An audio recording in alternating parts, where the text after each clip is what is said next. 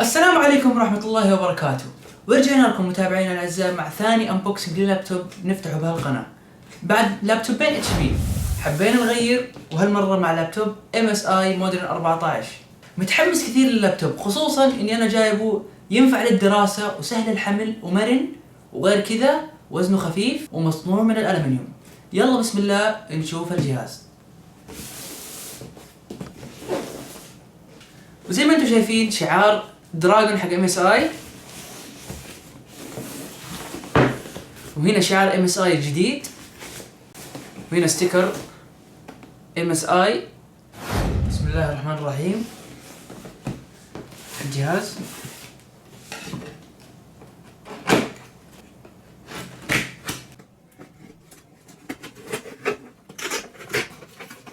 لحظات جميلة جدا، لابتوب جدا متحمس عليه.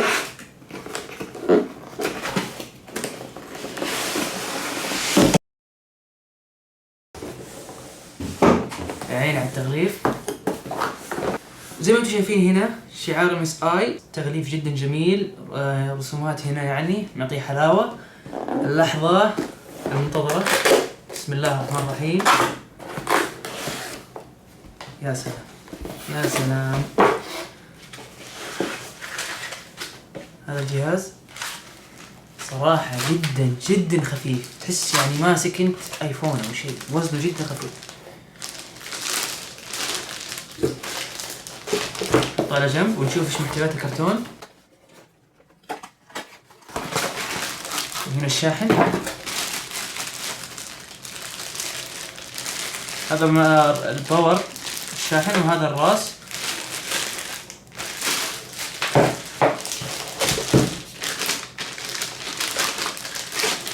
بسم الله الرحمن الرحيم. وهذا الجهاز طبعا اللون اسود على رمادي، طبعا هنا في نايلون فخلنا نفتحه. اسمع الصوت، يا سلام يا سلام، هذه اهم شيء في الانبوكسنج، الاصوات دي الجميلة. بسم الله نفتح. يا سلام. طبعا زي ما انتم شايفين، شوفوا اللابتوب الشاشة جاية من تحت، فهذا يعطيك 180 حركة 180 درجة. شايفين كيف؟ شايفين كيف؟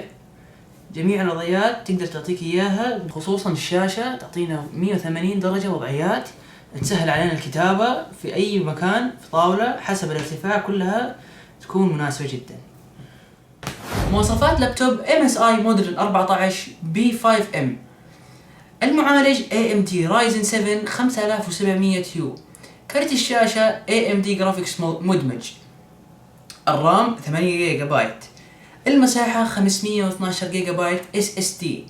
مقاس الشاشة 14 بوصة، ودقتها 1920 في 1080 Full HD LED 60 هرتز IPS ديسبلاي. نظام التشغيل ويندوز 11، ووزن الجهاز كيلو 3 جرام. منافذ الجهاز، منفذين USB 3.1 ومنفذ AUX للسماعات، ومنفذ الطاقة، ومنفذ HDMI، ومنفذ USB Type C، ومنفذ مايكرو SD. افتح الجهاز، نضغط على زر التشغيل. Just a moment. واعطانا شعار ويندوز 11، ويندوز الجديد اخر شي نازل. نحط اللغة انجليزية،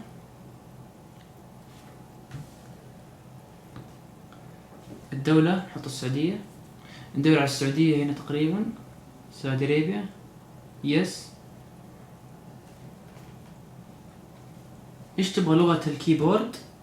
طبعا اختار امريكي، واللغة الثانية حتكون نختار العربية السعودية. نختار ايش نبغى خط في العربي، نختار اول واحد، صراحة ما اعرف ايش الفرق بينهم، حنضيفه. وهنا يطلب شبكة انترنت، حنشبكه بالنت ونرجع له. وشبكناه بالانترنت، والان نروح الخطوة اللي بعدها. قاعد يسوي بحث عن اي تحديث يحدث الجهاز لاخر نسخة، ننتظر ونشوف، وباذن الله تنتهي العملية بسرعة. صراحة جدا متحمس. طبعا زي ما شايفين نقدر نتحكم بإضاءة الكيبورد، معلومة إضافية يعني. نقدر هنا نسوي ميوت، نوطي الصوت نرفعه هنا ميوت كامل، ونقدر نطفي. هنا في ميزة جدا مهمة للمحاضرات أو حصص عن بعد أو أي اجتماع، عندك هنا زر على طول ميوت، زر هنا يطفي الكاميرا. يعني هذا الجهاز مخصص للدراسة، بحيث إنه عنده معالج قوي ينفع للمواد البرمجة، ينفع ممكن لو تحتاج تسوي فيه له مونتاج خفيف متوسط. هذا الجهاز يقدر يؤدي معاك بحكم معالجه AMD Ryzen 7، معالج جدا قوي وجدا حديث، وكرت شاشة مدمج حيكون معاك يساعدك في الأمور البسيطة هذه. جيمنج ممكن ألعاب خفيفة جدا. طبعا لا تتوقع أداء كبير، تتوقع أداء متوسط، يعني على 30 حسب اللعبة، يعني على 30-60 فريم حسب اللعبة. يعني متى يفتح؟ يقول شكرا على صبرك. إن شاء الله نقول خلاص 5 دقايق وإحنا ننتظر. لحظات. MSI الشعار ويلكم. وهنا مراجعة الشروط والأحكام، نضغط موافق. نبغى نشغل الجهاز، نكتب الاسم تمام، ودخلنا الاسم والرقم السري دخول الجهاز. الآن أعطانا هل أسمح له إنه ياخذ مني لوكيشن المكان اللي أنا فيه؟ طبعا لا. أعثر على جهازي ميزة من مايكروسوفت تتيح تتبع الجهاز وين ما راح، بخليها. طبعا هنا يقول يرسل بعض البيانات من البرامج يعني اللي أنا استعملها أو حاجة، ياخذ بيانات يعني. نختار لا، نختار بس البيانات اللي ضرورية فقط، لأن في بعض البيانات ياخذها ويستعملها يرسل لي إعلانات أو أشياء ممكن تفيد البعض، لكن أنا ما تفيدني إنه أحد ياخذ مني بيانات. يقول هنا إنه يرسل ملاحظات لمايكروسوفت، نقول له لا. طبعا هنا يقول هل تبغى إنه مايكروسوفت ياخذ بيانات ويعطيك personalized tips ads and website and recommendations. يعني هنا يقول لك إنه هل تبغى مايكروسوفت تعطيك اقتراحات لإعلانات. طبعا هذا حياخذ منك بيانات، أنا حاط لا. هنا برضو عن الإعلانات حنقول له لا. تمام، أنا حطيت كله لا ما عدا العثور على الجهاز، ونضغط next. وهنا هاي يقول قاعدين نجهز لك الأشياء getting ready for things ready for you.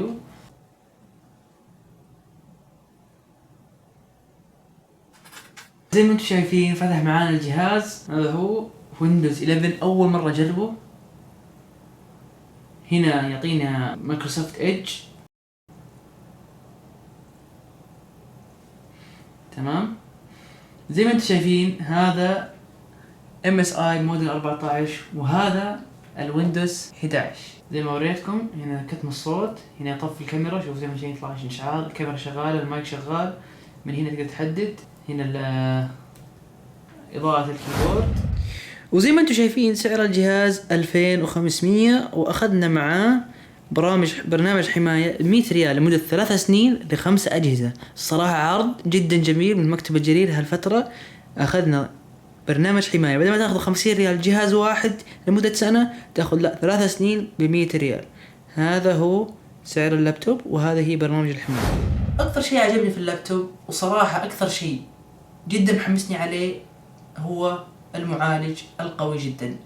وثاني حاجة وزن الجهاز الخفيف والسهل في النقل، خصوصا أثناء الدراسة في الجامعة في العمل في أي شيء. يعني اللابتوب سهل الحمل في شنطة الظهر وما يسبب أي ثقل. ثالث حاجة تصميمه الأنيق جدا. صراحة الميكانيكية لما ترفع اللابتوب ويرتفع معك الكيبورد جدا رهيبة. ورابع ميزة السعر 2500 ريال وتاخذ معالج AMD Ryzen 7. صراحة عرض جدا جميل. طبعا في جرير مكتوب عليه خصم من 3000 إلى 2500. طبعا من عيوب الجهاز صراحة لما تيجي تفتحه تحتاج يعني يدين، ثاني عيب يعني انا ملاحظه صراحه الشاحن، يعني صراحه يعني ما ادري تصميمه احسه قديم شوي، ما ادري يعني احس كان لابتوب من 2010 او حاجه. اما الميزات السلبيات الثانيه ما راح تستكشفها الا يعني اثناء استعمال الجهاز. الان احنا بس فكيناه، هذه ملاحظات فقط لما فكيتها معاكم. بكذا يكون وصلنا لنهايه مقطعنا لليوم. لا تنسوا من اللايك والشير والسبسكرايب، ونراكم على خير.